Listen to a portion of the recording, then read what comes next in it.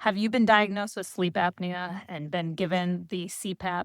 Are you having the hardest time wearing that CPAP and decide to just give up instead? Please know that there all are alternatives.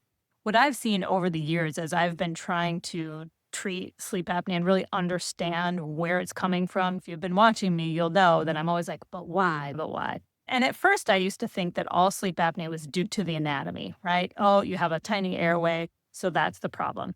But over the years, as I started taking more and more 3D x rays, I would see some patients who had sleep apnea with really big airways and vice versa. People with who would have really narrow airways and have no sleep apnea at all.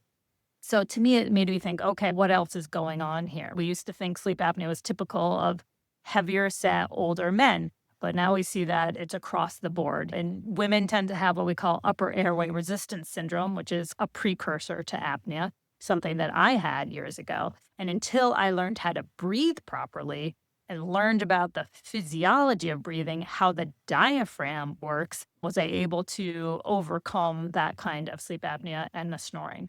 My biggest tip to anyone is learn how to breathe better, right? So many of us are breathing too often and too shallow, right? And we often always crunched over all the time, whether we're on a phone, on a computer, or even my work, I'm always bent over. That is compressing that diaphragm.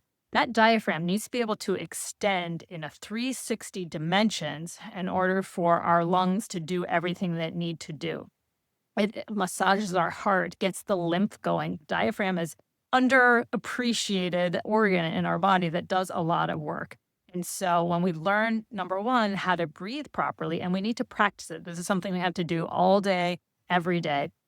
Our stress will come down dramatically. We will breathe better at night and we'll remove some of the sleep apnea. So again, breathing physiology, number one. Now, if you are somebody who has congested airway, I had a post just recently about the tonsils. We got to treat the tonsils. If you are somebody where the collagen is really being pulled down, we have a wonderful procedure with a laser called NightLase, where we use light energy to stimulate that collagen to shrink back up and open the airway. I've had incredible success with this laser technique. And again, totally non-invasive. All it is light. So it's really impactful. Again, for these people who have a really hard time wearing the CPAP, or somebody maybe they don't want the mandibular advancement device, which is just as good as a CPAP, but it does artificially move the jaw forward.